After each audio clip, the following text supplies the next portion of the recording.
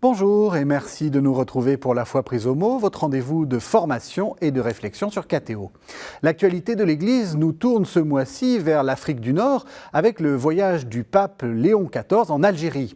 Un pape augustinien sur les terres de l'évêque d'Hippone, l'événement est historique. Mais au-delà du symbole diplomatique et du dialogue islamo-chrétien, c'est l'homme derrière le monument et la pertinence de sa pensée qui nous intéresse aujourd'hui.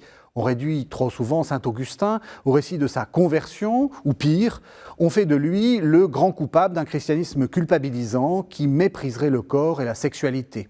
Or, la réalité est bien différente. Son œuvre de pasteur et ses intuitions philosophiques offrent non seulement une vision lumineuse de la grâce, mais aussi des clés de lecture encore très utiles pour notre monde hyper moderne. Alors, qui est saint Augustin? Telles sont les questions que je vais poser à mes deux invités. Juliette de Dieuleveux, bonjour. Bonjour. Vous êtes normalienne, vous avez une thèse en théologie, vous êtes théologienne et vous êtes professeur de lettres.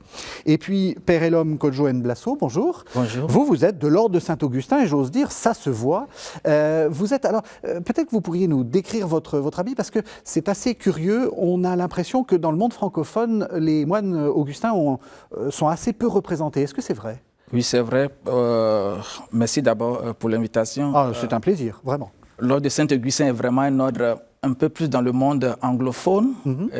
Dans le monde francophone, ici en Europe, nous avons seulement une communauté en Belgique, à Namur, sur les hauteurs de Bouge. Et après, on est en République démocratique du Congo depuis plus de 60 ans. En Algérie aussi, depuis un certain nombre d'années. Et plus récemment, au Togo et au Bénin. Donc, ce sont les seuls présents francophones que nous avons. Et ça, c'est notre habit qui est avec la capuche, le noir, la ceinture, et puis notre tunique un peu qui est de couleur noire ici en Europe. Et puis en Afrique, on porte le blanc. Donc, c'est ce qui fait qu'aussi un peu, on n'est pas connu ici en France, où on a été ici présent pendant des années. Notre studium était ici. Après la Révolution française, l'ordre a disparu. Mais on a encore le quai des Grands Augustins, ici, qui représente notre passage à Paris. Et après, on a eu des efforts pour réimplanter l'ordre en France, mais ça n'a pas toujours réussi. D'accord. Mais on a des familles, les Assomptionnistes sont là, et puis les autres chanois de Saint-Augustin sont restés ici. On va revenir là-dessus, c'est très important ce que vous venez de dire pour expliquer l'importance pas simplement de l'ordre de Saint-Augustin, mais aussi de la manière dont Saint-Augustin a réglementé les communautés. On en parlera. Alors, peut-être une première question. Qui est Saint-Augustin? Saint-Augustin, c'est une question un peu, un peu simple, mais... C'est le grand homme de l'histoire de l'Église. Avant d'être un théologien, c'est un pasteur, comme vous l'avez dit. Et c'est avant tout un homme, je dirais, un homme dans toute la richesse de la chair, de l'esprit, de l'amour des arts, de l'amour de la création. On oublie, on ne dit peut-être pas toujours qu'Augustin a vécu avec une femme pendant près de 10 ans, qu'il a eu un fils, Adéodat, qui veut dire donné par Dieu, et qu'il a été déchiré dans sa chair, comme il le dit dans les Confessions, par le renvoi de sa concubine voulue par sa mère Monique, dont on dira peut-être un mot, et par la mort à 18 ans de ce fils chéri, dont il disait que son génie était effrayant. Donc il a connu l'amour, pas uniquement l'amour de Dieu, mais l'amour dans la chair, l'amour filial. Et donc c'est un fils, mais c'est aussi un père, et ça fait partie de sa définition. Donc on va méconnaître le fameux Adéodat, parce que de dire ce génie absolu qu'est Saint-Augustin, dire que son fils était encore plus génial. Alors on le connaît par le dialogue du maître, qui est un dialogue entre le père et le fils. Voilà. Il vient d'Afrique du Nord, ce Saint-Augustin, et ça c'est important. Oui, Augustin vient de l'Afrique du Nord, précisément de Tagas, où il a grandi, ses parents sont de là. Sa maman, on pense encore que sa maman serait africaine, berbère, cette ethnie de l'Afrique du Nord, et que son papa aurait été romanisé un peu plus longtemps. Donc c'est vraiment romano-africain, comme on dirait. Il a fréquenté à Tagas, après à Madon. Ensuite, il est allé à Carthage, la grande ville romaine de l'époque. Donc il a vraiment vécu là. Il a fait une petite excursion en Italie, très importante. Mais après le reste de sa vie, ça a toujours été en Afrique du Nord que Augustin a vécu tout ce temps de sa vie. Donc c'est un saint africain? C'est un saint africain. Et il a bien défendu. Je pense qu'un de ses anciens professeurs avait eu une fois s'est moqué de son accent ou bien de quelque chose qui est lié à son africanité. Il a écrit un texte pour défendre cette africanité, toute la fierté d'être africain sur Saint-Augustin. Dans une de ses lettres à son ancien maître, il défend cette africanité. Donc, de lui-même et de sa maman aussi, Monica, dont le nom est vraiment berbère, comme on dirait. C'est intéressant parce qu'on voit bien qu'on a, nous, une image très centrée sur l'Italie, sur Rome, etc. Oui. Le génie romain a été dans ses marges, en réalité. Tout à fait. Et l'Afrique chrétienne, c'est vraiment la première ère d'expansion du christianisme. Et c'est vraiment un des lieux majeurs du développement du christianisme. Alors évidemment, avec tous les aléas, toutes les hérésies, les schismes, etc. Mais c'est vraiment une terre chrétienne, profondément chrétienne. Et c'est vrai qu'Augustin est cet homme d'Hippone qui est une ville maritime. Donc ça, on ne l'imagine pas nécessairement dans cette dimension. Et alors, une petite anecdote, c'est qu'Augustin détestait voyager. Il trouvait ça épouvantable. Donc c'est peut-être pour ça qu'il n'a pas fait sans cesse la navette avec Rome. Mais son voyage à Milan a été décisif, puisque c'est là qu'il a rencontré l'évêque Ambroise, qui lui a ouvert le sens des Écritures, et donc a conditionné toute une partie de son œuvre. Ce lien avec Rome, c'est important. Enfin, ou avec le monde romain, pour vous, c'est important? Pour Augustin, ouais, Rome était importante. Augustin a toujours tenu à sa catholicité, à être relié. C'était un penseur de la catholicité. Oui. Aussi, c'était un penseur de l'Église catholique. Il le dit très justement. Dieu le veut, a parlé de ces hérésies. Il y a les hérésies, il y avait les schismes aussi. Mais il devait naviguer entre tout cela. Mais pour lui, l'Église, c'est cet attachement à la communauté dans laquelle on trouvait. Mais en cela, il y avait un antécédent avec Cyprien, un autre saint africain avant lui. Mais l'Afrique, c'est surtout la communauté. Justement, cette Église d'Afrique pense beaucoup en communauté. Donc le salut se trouve dans la communauté. Bon, le sang s'était dévoyé après avec hors de l'Église, pas de salut. Mais ce thème chez Cyprien avait une dimension un peu plus thérapeutique, dont l'homme trouve son salut dans la communauté, réuni autour de la communauté. Et cette communauté, c'est l'Église catholique déjà qui était à Rome. C'est très important ce que vous venez de dire, y compris à propos de ce hors de l'Église, point de salut, qu'on attribue à Augustin et qu'on a un peu, même beaucoup, instrumentalisé pour en faire une sorte de slogan. En gros, soit tu rentres dans l'Église, soit tu meurs. Dans ce que vous dites, c'est-à-dire que ce qui est central pour lui, c'est la vie communautaire, mais pas simplement l'institution ecclésiale. Non, pas l'institution. C'est la communauté croyante. La communauté, oui, le corps comme communauté. Sur ça, il y a une anecdote. On raconte que quand Augustin s'était converti, il y avait déjà, on voit ce dialogue dans les confessions, il y avait les moines égyptiens déjà à Rome. Mais Augustin hésite à prêter ce chemin monastique. Et au début de la règle, dans un des commentaires de la règle d'un de nos pères belges, le père Tassus van Bavel, il est dit que pour Augustin, le moine n'est pas celui qui vit seul, mais celui qui fait de la multitude peut devenir un corps. C'est la devise du pape, de la multitude devenir un. Donc pour Augustin, la vraie vie monastique pour nous, c'est cette communauté qui devient un. Donc c'est une communauté où on fait un autour de celui qui est un, qui est le Christ. Donc effectivement, hors de l'Église, point de salut, dans le sens où si on n'est pas dans une communauté raccrochée au Christ, on devient comme un vagabond livré à tout vent, à la main. On est livré à la main, mais dans la communauté, on trouve un salut, un soutien, et on se réunit autour du Christ. Alors à Hippone, à Annaba, qu'est-ce qu'il y a? Donc on nous dit qu'il y a une basilique, etc. Il faut imaginer ça comment à l'époque d'Augustin? Un peu de... c'est un site qui est très vivant, c'est une vie bigarrée avec des populations qui se croisent. C'est une ville qui est extrêmement romanisée. Augustin se pense vraiment comme tenant et héritier de cette latinité. Alors là encore, une anecdote un petit peu visuelle pour faire comprendre comment les choses se situent. Augustin parle de la question du costume. Alors on a avec le père Hélum cette tunique noire et lui, Augustin, très sobrement, est vêtu de cette tunique, mais à l'époque, le statut des différentes personnes qui évoluent dans la ville est lié à leurs vêtements très chamarrés, et suivant les strates sociales ou suivant les fonctions occupées, le vêtement permet de définir la personne. Donc il y a cet aspect-là, et puis on n'est pas très loin des campagnes, il faut bien se représenter ça, et l'Afrique est, comme on dit, un grenier à blé. Donc la question de la culture, de l'agriculture, de la paysannerie est extrêmement importante, et dès qu'on s'éloigne, plus on s'éloigne de la côte, plus on entre dans des terres de petits villages qui sont fiers de leur autonomie et qui vont parfois nourrir des cultes qui seront un petit peu à la marge de la doctrine catholique ou de la pratique catholique.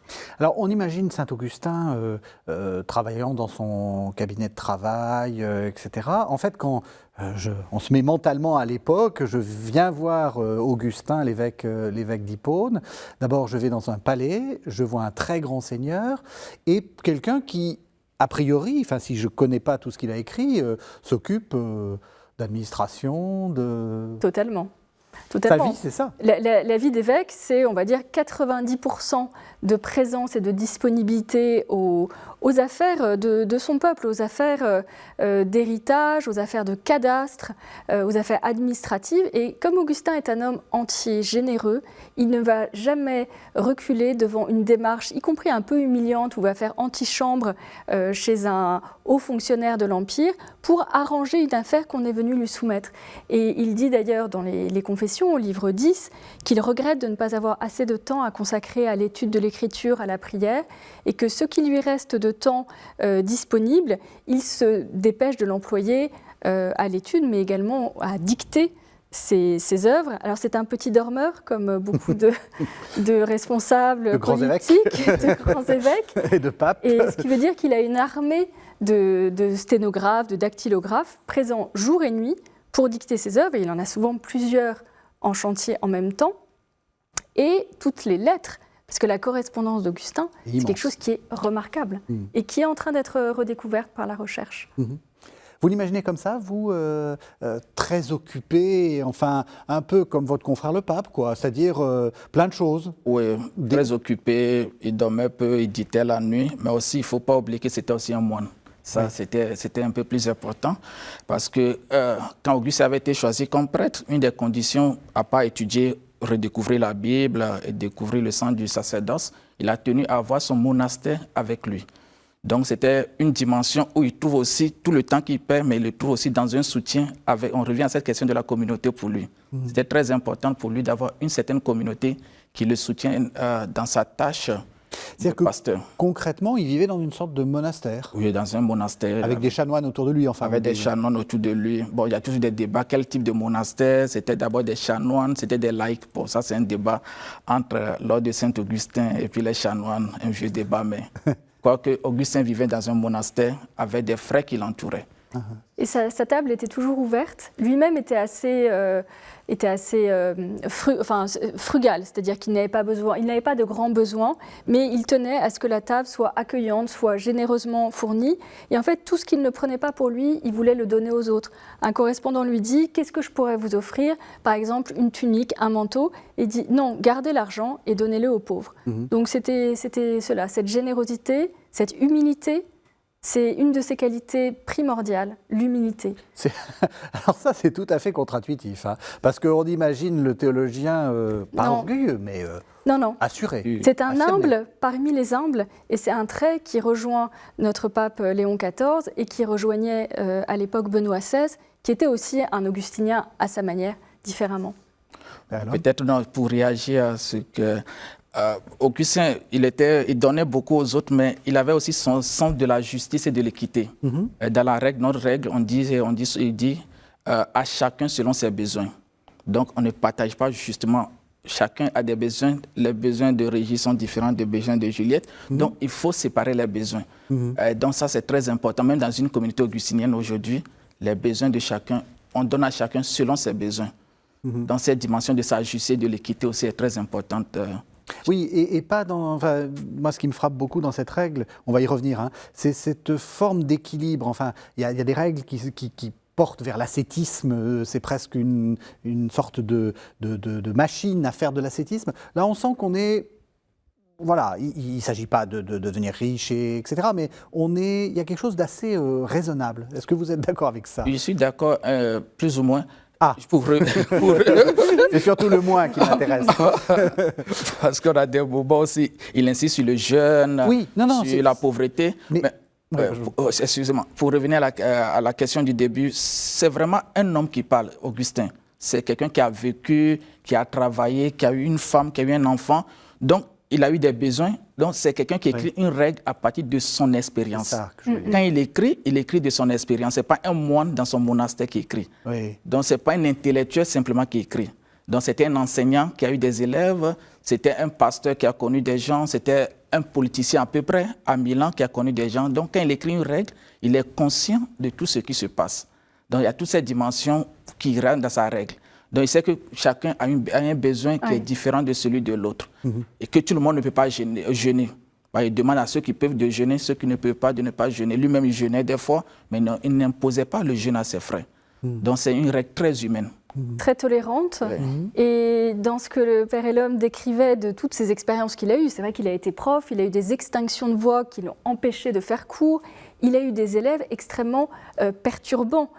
Quand il est allé à Rome, il parle des étudiants comme des chambardeurs, c'est-à-dire qui renversaient les tables. C'était le souk. En plus, c'était un prof qui se faisait, je mets d'énormes guillemets, bordéliser.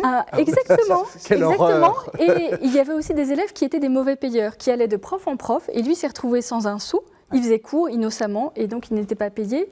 Donc ça fait partie de ces nombreuses activités, effectivement. Voilà, donc quelqu'un qui a connu quasiment tous les domaines de l'existence et qui n'était pas un théoricien. Le Père et l'Homme disait ce n'était pas qu'un intellectuel, ce n'était pas un théoricien, c'était un théologien, mais dans la vie. Alors ça, il faut que vous nous expliquiez ça. Parce que pour moi, Augustin, c'est le théologien. Enfin, en gros, je fais une sorte de duo Augustin-Thomas. Et voilà. Alors, pour vous, c'est pas avant tout un intellectuel au sens plein du terme? Non, Augustin n'était pas vraiment un intellectuel vraiment déconnecté de la réalité. Je pense qu'une des beautés des confessions, mais même des autres œuvres d'Augustin, c'est que ça parle de sa vie, de son expérience, de ses doutes et de part de ce qu'il a vécu. Donc c'est quelqu'un qui a vécu, qui raconte son enfance, comme chacun d'entre nous, ses doutes, les personnes qu'il a rencontrées, l'amour de sa vie, son enfant, il s'émeuvait devant l'intelligence d'Adéodat. Donc c'était un être humain qui raconte sa vie, de son expérience. Et c'est cette dimension qu'on oublie des fois. Oui. On fait de Saint-Augustin quelqu'un d'abstrait. Oui. On commence à faire de la théologie abstraite à partir d'Augustin. Mais quand on revient à cette vie, quand il parle du péché, il ne parle pas du péché de tout le monde, de l'expérience, de ses propres limites de sa vie. Il va parler du péché originel, mais c'est de toute cette difficulté dans sa propre vie à surmonter certaines choses, ce qu'il veut dans sa volonté, et à sa volonté et à ce qu'il peut. Donc, dans ce gap, dans ce fossé, il a l'expérience et limite propre à lui. Donc, quand Augustin parle, il parle de sa vie, de sa propre expérience. C'est vraiment, on dirait, un existentialiste sans valeur, quoi. Vous êtes d'accord ? Alors, ce qui est très beau, effectivement, chez Saint-Augustin, c'est que c'est un homme d'expérience et les confessions sont le récit de sa vie dans ce qu'elle a de plus concret. C'est très émouvant de voir ces confessions quand il est évêque au livre 10, quand il parle de la concupiscence, de la convoitise, des désirs de la chair, qui le tourmentent encore aujourd'hui. Il le fait avec une humilité et une franchise très, très, très déroutante. Et c'est parce qu'il a eu cette franchise et cette expérience personnelle que les lecteurs ont pu s'identifier à leur tour. Et c'est ça la magie des confessions, c'est que c'est une machine à se convertir, mais qui a traversé les siècles et qui a touché tant de lecteurs. Et donc, sur l'aspect de théorie, sur l'aspect intellectuel, Augustin serait-il un pré-Thomas ? La théologie d'Augustin, elle est évidemment nourrie d'une mystique, d'une relation personnelle à Dieu, d'une quête qui se résume dans une phrase qu'il dit souvent « chercher toujours sa face ». Donc le désir de Dieu, l'amour de Dieu mystique est quelque chose qui est évidemment au cœur de sa théologie, mais sa théologie est avant tout pastorale et elle s'édifie dans les sermons que, comme évêque, il doit faire chaque jour au peuple. Et à côté de l'humilité d'Augustin, il y a le désir de faire progresser les plus faibles. Il a une option préférentielle pour les pauvres, y compris dans son enseignement et sa prédication. Si ça ne peut pas être compris par un des paysans qui a fait des heures de marche parfois pour venir l'écouter, eh bien c'est qu'il n'a pas encore fait son travail comme il le devait, y compris les notions les plus ardues comme la théologie trinitaire. Je vous propose qu'on entende, c'est dans le livre 10, mais c'est le chapitre 27. Je suis désolé, j'ai sélectionné 2 textes extrêmement célèbres. Peut-être qu'il aurait fallu sélectionner des textes pour faire découvrir un peu mieux Augustin. C'est le fameux « Tard je t'ai aimé, beauté si ancienne ». On écoute Augustin, livre 10, chapitre 27 des Confessions. Tard je t'ai aimé, beauté si ancienne et si nouvelle, tard je t'ai aimé. Et voici que tu étais au-dedans de moi, et moi, j'étais au-dehors, et c'est là que je te cherchais. Je me ruais dans ma laideur sur la grâce de tes créatures. Tu étais avec moi, et je n'étais pas avec toi. Elles me retenaient loin de toi, ces choses qui ne seraient point si elles n'étaient en toi. Tu as appelé, tu as crié, tu as brisé ma surdité. Tu as brillé, tu as resplendi, tu as dissipé ma cécité. Tu as répandu ton parfum, je l'ai respiré, et je soupire après toi. J'ai goûté, et j'ai faim et soif. Tu m'as touché, et je me suis enflammé pour ta paix.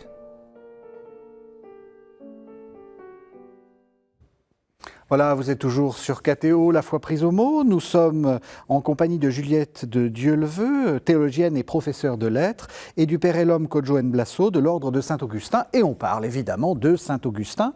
Alors, vous vouliez dire un mot de commentaire, Juliette de Dieuleveux? Oui, parce que c'est un texte magnifique où pointe une nostalgie douloureuse. Tard, je t'ai aimé, bien tard, je t'ai aimé, où il faut voir vraiment l'expression de cet amour immense qu'Augustin a pour le Christ, qu'il a rencontré dans sa chair. C'est ce que dit la fin de ce texte, j'ai eu faim, j'ai eu soif, tu m'as touché. Et dans les 2 sens du terme, tu m'as touché physiquement et tu m'as touché au cœur. Donc ça, c'est quelque chose de très important. Et puis dans ce texte que vous avez choisi, également la question de l'intériorité, Augustin dit sans cesse, reviens à ton cœur, redi ad cor tuum. C'est là qu'est Dieu, c'est là que tu vas le rencontrer. Et on voit que les dimensions charnelles sont extrêmement présentes. Alors là, c'est une perche directe sur l'image que l'on a habituellement de Saint-Augustin. On dit c'est le fauteur de troubles du christianisme, celui qui nous a éloignés du corps, haine du corps, etc. Est-ce que vous êtes d'accord avec ça? Est-ce que je suis d'accord avec ça? Pas avec mais avec le fait que Augustin, c'est le penseur de cette haine du corps. Augustin a pensé, comme je disais tout à l'heure, à partir de sa propre expérience. Donc, c'est cette limite de la volonté humaine, de son corps, cette volonté, il veut se donner totalement à Dieu et qui n'arrive pas. Donc, cette fossé, en allant contre cette fossé, il commence à penser, à réfléchir de façon rétrospective dans cette dimension de ses propres limites du corps. Maintenant, il faut voir ce que Saint Augustin a pensé et ce que les gens ont pensé après Saint-Augustin. Tout à fait. Le problème vient après de ce que les gens ont fait de Saint-Augustin après Saint-Augustin. Il y a beaucoup de théologie de Saint-Augustin, même le péché originel, tel que c'est formulé, Augustin ne l'a pas formulé de cette manière. Augustin parle de cette propre limite de la volonté qui veut, qui est aussi ce que Saint Paul dit aux Romains. On pense même que le tournant de Saint-Augustin se situe dans la lecture de cette lettre de Paul aux Romains, où il y a la volonté qui se retrouve limitée dans ce qu'elle veut, mais qui n'arrive pas à l'atteindre. Et ça, nous tous, on peut faire cette expérience de notre propre volonté. Il y a ce qu'on veut. L'impuissance de la volonté. Je ne fais pas le bien que je voudrais, je fais le mal que je ne voudrais pas. Le combat de la volonté, c'est clé chez Augustin et il l'a vécu. Là encore, il le raconte au livre 8 des Confessions, l'épisode du jardin à Milan, cet grand combat de la volonté. Et on sort de ce combat de la volonté par la grâce qui restaure une volonté libre, telle que Dieu l'a voulu au commencement dans son acte créateur. Dieu veut que l'homme soit libre. Et vous avez raison, enfin, que ce soit Paul ou Augustin, il y a quelque chose de très...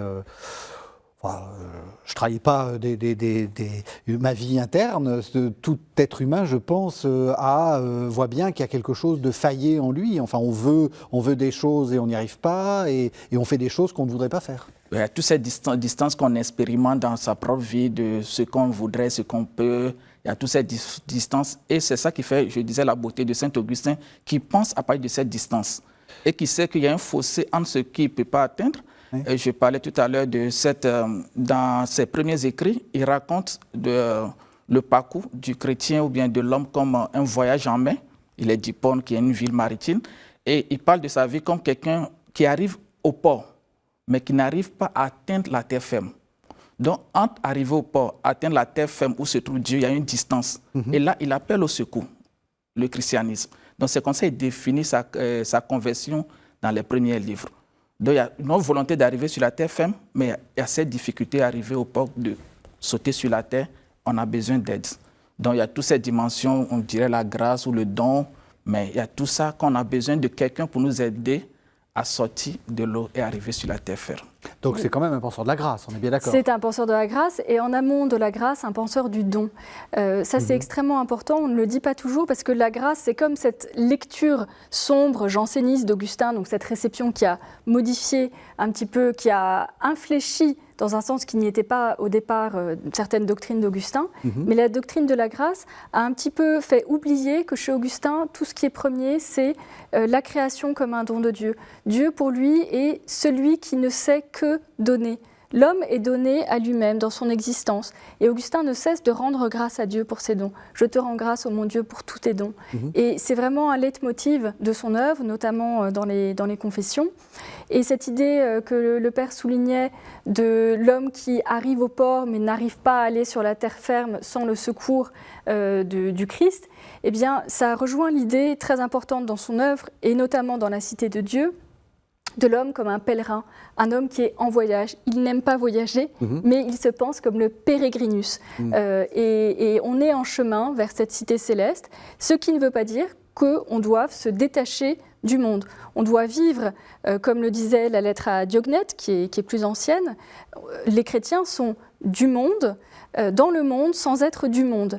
Et c'est ça qui doit être, c'est ça tout ce travail, toute cette difficulté de cheminer vers la cité céleste, mais en étant bien ancré dans la réalité présente. Oui, c'est le grand thème de l'Homo Viator, de l'Épître aux Hébreux. Hein. On est en chemin. En chemin vers le...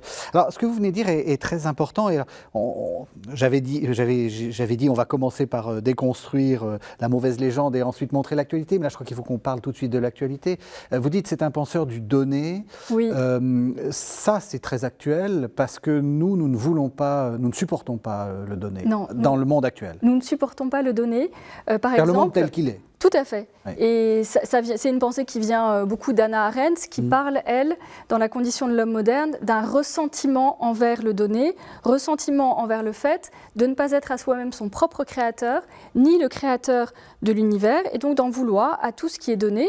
Alain Finkielkraut a repris récemment cette idée dans un de ses ouvrages, l'avant-dernier, Pêcheur de perles, où il commente un certain nombre de citations, dont cette citation d'Arendt, et il dit « Ce ressentiment envers le donné va jusqu'à la chose essentielle qui est de naître homme ou femme, par exemple. Donc on veut instaurer une forme d'autopuissance, de se créer soi-même et de refuser l'univers comme un don de Dieu. Donc c'est ça, on ne supporte pas le fait d'être né, on ne supporte pas le fait de devoir mourir, donc voilà. On voudrait être immortel, on ne supporte pas... C'est ça. Hein, et c'est ça qui crée une spirale vraiment qui éloigne l'homme du projet dans lequel Dieu l'a créé pour la vie, créé pour le bonheur, créé pour une relation qu'il ne faut jamais oublier entre une créature, et c'est ça qui est très compliqué d'accepter, et son créateur. Mais la créature n'est à son plein épanouissement qu'en tant qu'elle est reliée à celui qui est son auteur. Et ça paraît tout simple, mais donc la quête d'autonomie, la quête d'indépendance est ce qui détruit la relation entre Dieu et l'homme et le conduit non pas à l'indépendance et au bonheur, mais à une dépendance à d'autres choses moins bonnes pour son épanouissement. Ce dont on parlait tout à l'heure sur la diversité des expériences de Saint-Augustin, il a connu la secte, le manichéisme, il a connu l'addiction addiction aux consultations des astrologues. Son ami Alypius était addict au jeu du cirque, à la violence, au sang. Et donc aujourd'hui, on voit les addictions au réseau, on voit les tentations sectaires, y compris dans l'Église. Donc tout ça, Augustin l'a vécu, Augustin en parle et le relie fondamentalement à cette relation entre le Créateur qui donne et l'homme créé qui reçoit ce don et en rend grâce. Et c'est ainsi qu'il chemine vers la vie heureuse. Vous êtes d'accord, Père Kodjo? Oui, On a du mal avec le donné, on a du mal avec le monde, on a du mal avec la réalité, et Augustin est une sorte de contrepoison à tout ça? Un contrepoison dans quelque sens, oui. Dans le sens que lui-même, il a expérimenté ça. Parce que tout son problème, toute sa difficulté qu'il dit dans les Confessions jusqu'au livre 8, 7-8, c'est cette difficulté à se dessaisir de sa propre personne et de se donner à Dieu, de rentrer dans le plan de Dieu. Donc c'est une expérience qui lui donne justement la matière à penser cette relation à Dieu comme se recevant de Dieu. Oui. Et ça, c'est très important. Il est le créateur, il est le créé. Donc, après sa conversion, si vous voyez, c'est toute une réflexion sur la création qui suit, sur le temps et sur la création qui suit toute sa conversion. Parce que là, il se resitue dans tout ce cosmos de créer et il a sa place juste dans ça, avec tout ce qu'il y a comme l'expérience de l'attraction, l'expérience du temps, tout cela, il le vit maintenant comme sa place. Donc, si on divise les confessions en deux parties, c'est justement ça, la résistance au don, et puis après, cette réception du don dans la conversion, et l'individu retrouve sa place dans toute la création et il reprend tout cet amour. C'est ça le basculement presque, j'allais dire, spirituel d'Augustin? Une lecture possible de ce basculement. C'est très important. Et donc, peut-être aussi pour nous, c'est cette sorte d'accepter le monde tel qu'il est. C'est-à-dire, je ne suis pas le créateur. Ne pas le créateur. Et se recevoir et laisser aller dans cette dimension de soi, oui. D'arrêter de résister en quelque sorte à cette... Alors, vous avez dit se recevoir, ça c'est intéressant parce que ça dit aussi il faut s'accepter tel qu'on est. C'est ça que vous voulez dire? S'accepter tel qu'on est, accepter le monde tel qu'il est et accepter surtout Dieu comme créateur de ce monde. Et en ce sens, on pourrait trouver, pour poursuivre ce que dit le Père, on pourrait trouver chez saint Augustin, dans la Cité de Dieu, quelque chose comme un premier cantique de la création qui est bien connu chez François d'Assise. Si vous permettez, bien sûr, je vais vous lire ce passage qui est vraiment grandiose et plein d'optimisme et d'espérance. La beauté de la création, écrit saint Augustin donc dans la Cité de Dieu, la beauté de la création resplendit dans les charmes variés, innombrables du ciel, de la terre, de la mer, dans la profusion et l'éclat merveilleux de la lumière du soleil, de la lune et des étoiles, dans l'ombre des forêts, dans les couleurs et le parfum des fleurs, dans la multitude des oiseaux les plus divers, dans le gazouillement de leur plumage. Et, c'était un homme de la mer, le spectacle grandiose que nous offre la mer, quand elle se pare comme d'un manteau de couleurs diverses de vert aux multiples nuances de pourpre et d'azur. Et tout cela, toutes ces beautés, n'est encore que simple soulagement pour nous, malheureux condamnés, et non pas encore les récompenses promises aux bienheureux. Quelles seront donc ces récompenses quand nos joies présentes sont si nombreuses, si merveilleuses et si grandes? Vous voyez, la merveille du monde qui n'est qu'un prélude à la merveille plus grande encore de la vie donnée par Dieu et de l'espérance du ciel. À condition de l'accepter et de le reconnaître. À condition de le reconnaître. Oui. Voilà, et ce qui n'est pas justement donné, se recevoir le monde tel qu'il est. Mais alors, se recevoir, vous allez voir, le piège arrive, se recevoir comme un être humain pécheur, se recevoir, vous voyez, c'est ça aussi qui est compliqué. C'est-à-dire qu'on a du mal à articuler un Augustin qui dit, bon, je me reçois tel que je suis pas le créateur, très bien, et qui après ne cesse de dire, ah oui, mais je suis pécheur, il faut que je... Vous voyez ce que je veux dire? Oui, est-ce qu'il faut être patient envers soi-même? Comment est-ce qu'il faut agir par rapport... Enfin, recevoir cet état aussi de fait qu'est le péché? Oui, c'est de reconnaître ses limites. Je pense qu'une des choses que Augustin fait dans les confessions, c'est toujours reconnaître ses limites. Malgré qu'il était évêque, quand il écrivait les confessions, il ne cessait de dire qu'il était pécheur, reconnaître cette limite.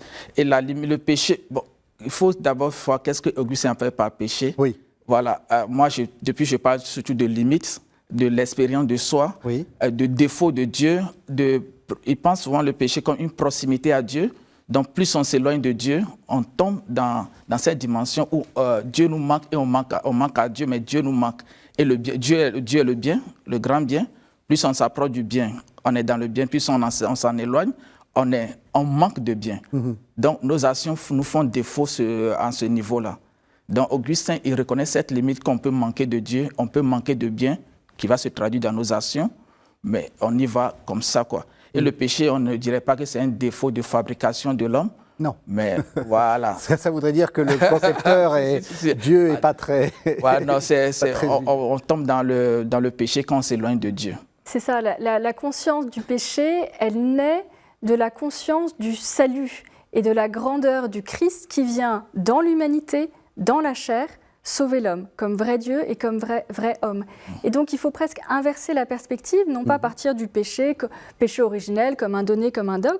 Le péché n'est connu qu'à la lumière du don que fait Dieu. C'est très exactement ce que dit saint Paul. Hein. Voilà, exactement, le révélateur. C'est le révélateur. Et de ce fait, la confession, les confessions sont une confession, elle est d'abord la confession de louange. Elle n'est qu'ensuite la confession du péché, ou comme le dit Augustin, la confession de la vie. Donc simplement sous le regard de Dieu, confession de louange, merci mon Dieu de m'avoir créé, eh bien dans cette lumière, on constate qu'il y a des zones d'ombre et que qu'on ne répond pas au projet d'amour de Dieu sur soi. Donc d'abord louer et dans cette lumière, voir le péché. D'abord la lumière, d'abord le don. Et alors du coup, là, on revient et on s'arrêtera justement parce que là, vous venez en quelques phrases de détruire une série de clichés. Du coup, l'idée d'un Saint Augustin obsédé par le péché, comptabilisant ses péchés, etc., c'est absolument pas ça. C'est à l'inverse qu'il faut prendre les choses. C'est à l'inverse, c'est très très loin de lui, oui. Vraiment très loin de lui. Et il y a eu vraiment une lecture d'Augustin qui a mis l'accent sur cette dimension-là, mais là encore, comme je disais, qui prend les choses à l'envers. Et Augustin, je dis souvent ça, il croit dur comme fer à la miséricorde. C'est ça qui est important pour lui. Miséricorde, c'est quoi? C'est le cœur qui se reconnaît pauvre, malheureux. Et il le dit, je suis pauvre et malheureux. Il emploie toujours ces versets de psaume. Donc j'ai tout à attendre de toi. Je suis devant toi les mains vides. On va voir un autre aspect très contemporain d'Augustin, c'est son aspect politique. Alors pour cela, évidemment, je n'ai pas résisté à l'envie de vous faire entendre la cité de Dieu. On va écouter le fameux passage du livre 14 sur les deux cités, c'est au chapitre 28. Deux amours ont donc fait deux cités. L'amour de soi jusqu'au mépris de Dieu a fait la cité terrestre. L'amour de Dieu jusqu'au mépris de soi a fait la cité céleste. L'une se glorifie en elle-même, l'autre dans le Seigneur. L'une demande sa gloire aux hommes, pour l'autre, Dieu, témoin de sa conscience et sa plus grande gloire. L'une, dans l'orgueil de sa gloire, dresse la tête. L'autre dit à son Dieu, « Tu es ma gloire, et tu élèves ma tête. » L'une, dans ses chefs ou dans les nations qu'elle subjugue, est dominée par la passion de dominer. Dans l'autre, on se rend mutuellement service par charité, les chefs en dirigeant, les sujets en obéissant. L'une, dans ses puissants, aime sa propre force, l'autre dit à son Dieu, « Je t'aimerai, Seigneur, toi qui es ma force. » Voilà, vous êtes bien sur KTO, nous sommes toujours dans l'émission La foi prise au mot sur Saint-Augustin, en compagnie de Juliette de Dieuleveux, théologienne et professeure de lettres, et du Père et l'Homme Codjoen Blasso, de l'ordre de Saint-Augustin. Alors, Père et l'Homme, votre confrère prestigieux, devenu tout d'un coup très prestigieux, le pape Léon XIV est un pape très politique, il a de qui tenir.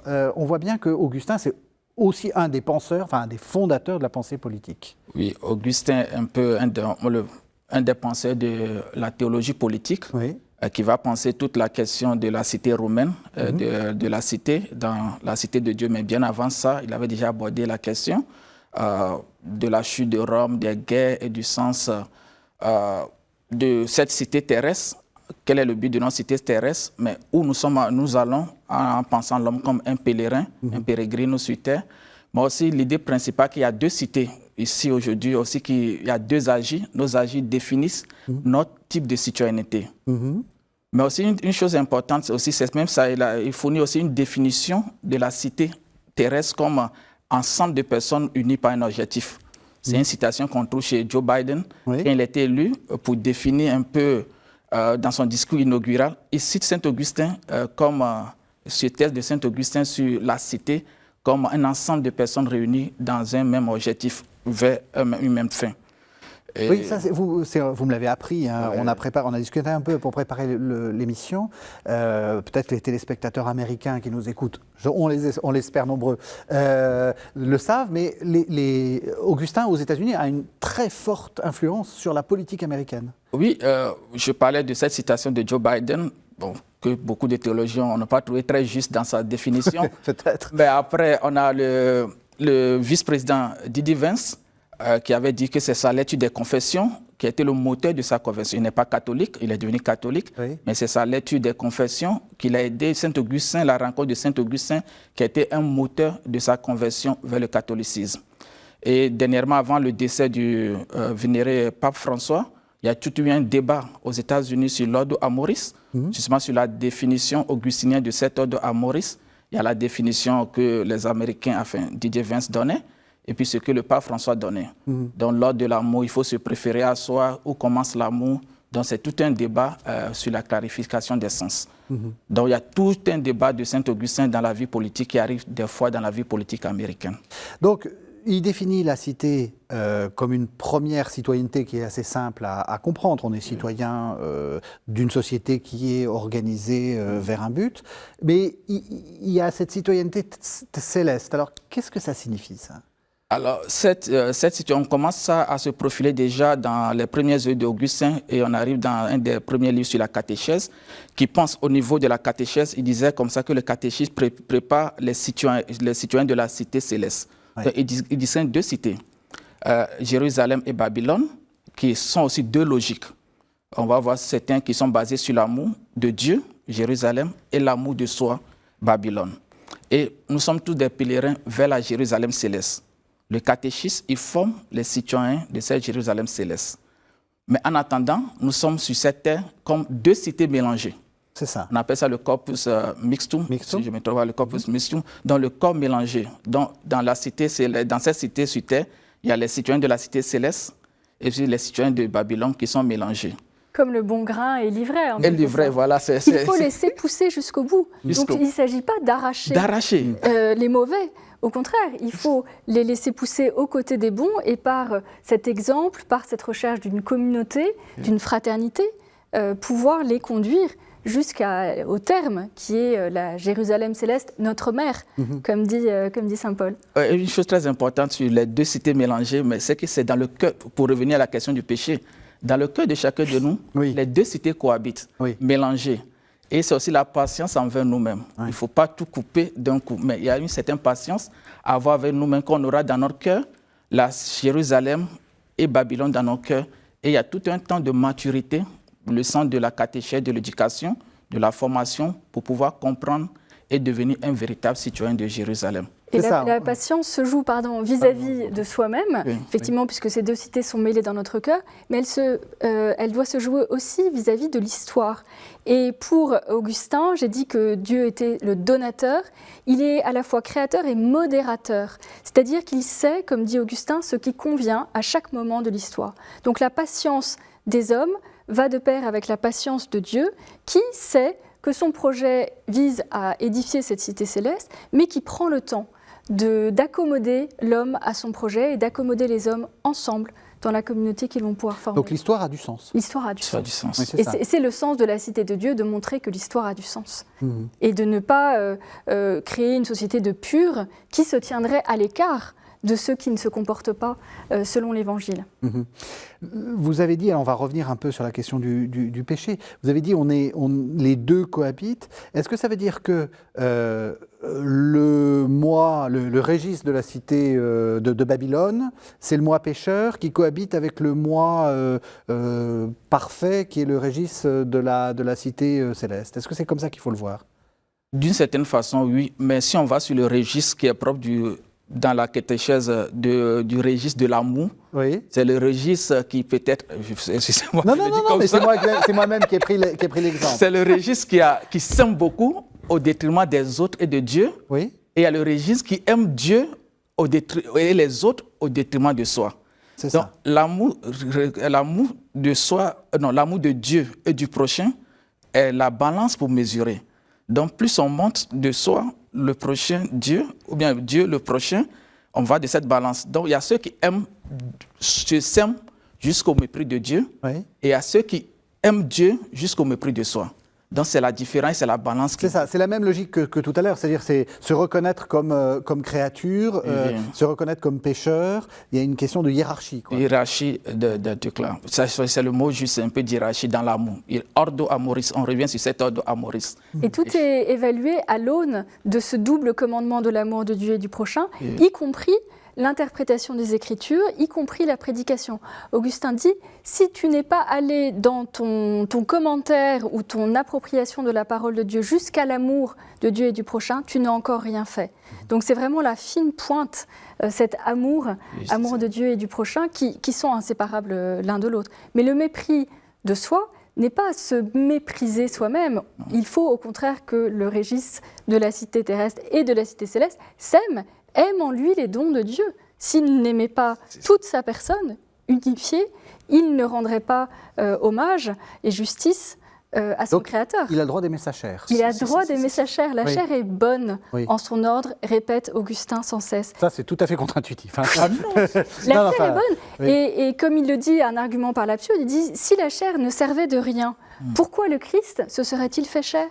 Mais il faut partir de l'humanité du Christ, il faut partir du Christ s'étant, comme dans l'hymne aux Philippiens, s'étant abaissé jusqu'à la mort, jusqu'à communier avec l'homme dans cette mort qui est malheureusement le fardeau, le premier fardeau, le péché et la mort.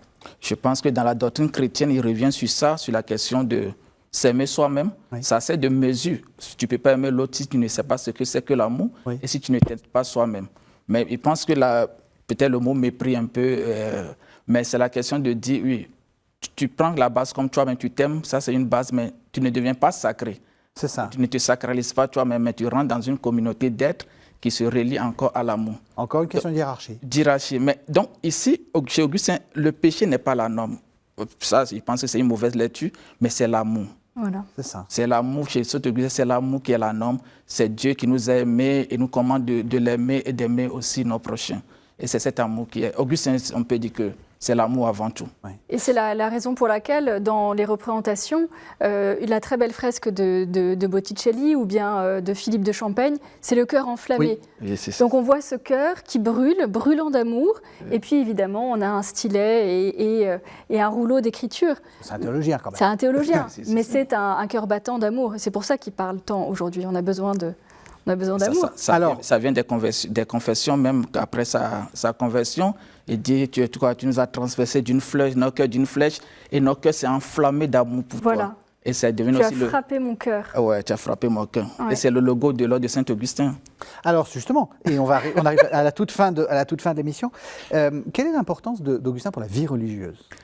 Alors, c'est fondamental parce qu'Augustin s'est converti aussi à une vie religieuse. Oui. Dès le début, quand il est retourné, il voulait devenir moine. Il est retourné chez lui à Tagas. La maison familiale a été transformée en monastère. Et quand il a été pris de force, Augustin n'a pas voulu devenir prêtre ni évêque. Il a été quasiment pris de force pour devenir prêtre. Il a accepté. Mais une des conditions, c'est qu'il ait des moines autour de lui. Donc depuis lors, ses amis qui ont vécu ont toujours eu des monastères. Oui. Et cette vie monastique s'est perpétuée ici. Est-ce qu'il a écrit une règle ? Il a écrit une règle, la plus ancienne règle monastique de l'Occident, que nous avons, la règle de Saint-Augustin, et qui se base surtout sur la première communauté des chrétiens qui forment une seule communauté. Et alors, vous l'avez dit, hein, c'est aussi la règle qu'ont adoptée les assomptionnistes et d'autres. C'est une règle assez ouverte en réalité, c'est-à-dire que c'est une règle dans laquelle vous pouvez sortir de vos monastères, il y a une sorte de assez souple. Oui, c'est une règle qui a été surtout adaptée. Les premiers à l'adopter, ce sont les chanoines, parce que c'est une règle qui permet en même temps, comme Auguste est un pasteur, qui permet en même temps la pastorale et la vie communautaire. C'est ça. Donc, c'est deux c'est une règle qui est bien balancée, qui est vraiment différente, par exemple, de l'autre règle de l'Occident, la règle bénédictine, qui est vraiment une règle purement monastique. Mais les augustins, généralement, ont cette balance, même que ce soit chez les chanants de Saint-Augustin, les Norbertins ou bien les chanants de Saint-Victor, on a un peu plus de souplesse par rapport à la règle. La règle n'est pas vraiment codifiée dans les millimètres. Il nous reste à peine une minute. D'un mot, pourquoi est-ce qu'il faut aimer Saint-Augustin? Alors, Saint-Augustin, je pense que... un mot, hein? Oui. Augustin, il est typologie de notre époque, de l'homme qui a le cœur, qui désire, qui recherche, et vraiment qui a fait cette expérience de Dieu, que ce qui lui manquait, il était professeur, enseignant, il allait à la recherche de toute la gloire à Rome, mais qui se rend compte que tout ce qu'il cherche à l'extérieur se trouve à l'intérieur. Donc pour nous les Augustins, la recherche de Dieu, le chemin qui mène à Dieu est d'abord un chemin qui mène à soi. Donc c'est le message, moi je pense que c'est son message pour le monde aujourd'hui. Moi je dirais un grand amoureux. Ouais. Il commence le livre 3 des Confessions, son arrivée à Carthage, je n'aimais pas encore mais j'aimais à aimer. Donc cet amour qui est ce feu qui l'anime et qui rejoint effectivement la question du désir de Dieu. Et puis je dois finir par là, puisque je suis professeur de lettres, un grand écrivain, un immense orateur, pétri de culture classique. Le latin d'Augustin, c'est une merveille. Quand on peut y avoir accès, même dans des formules comme celle que le Père citait tout à l'heure, tu as frappé mon cœur de ton verbe et je t'ai aimé. Donc voilà, un grand, immense auteur, très grand pasteur et un homme qui aime, un cœur battant. Merci beaucoup, merci de nous avoir fait mieux découvrir Saint-Augustin et surtout d'avoir un peu dépoussiéré Saint-Augustin. Ça fait vraiment du bien. Juliette de Dieuleveux, vous avez fait paraître aux éditions Parole et Silence un livre qui s'appelle Saint-Augustin autrement. Vous avez quelques secondes pour en parler. Je suis désolé, on est un petit peu juste à l'heure, on va dire. C'est un livre qui est né d'une série d'émissions de radio que j'avais faites pour faire connaître justement Saint-Augustin et Saint-Augustin autrement, comme on l'a fait durant cette émission, avec des anecdotes, montrer que Saint-Augustin, c'est quelqu'un qui a de l'humour, à qui il arrive des aventures. C'est un homme très incarné et donc cet ouvrage parcourt ces différentes thématiques. Saint-Augustin autrement aux éditions Parole et Silence. Merci vraiment à tous les deux. Merci de nous avoir suivis. Vous savez que vous pouvez retrouver cette émission sur le site internet de KTO et la consulter autant de fois que vous le voulez, www.ktotv.com. Vous pouvez même la consulter à Annaba. Et puis vous pouvez aussi, toujours à Annaba, mais aussi dans le monde entier, nous retrouver sur les plateformes de téléchargement de podcasts et également sur l'application radio KTO. On se retrouve la semaine prochaine.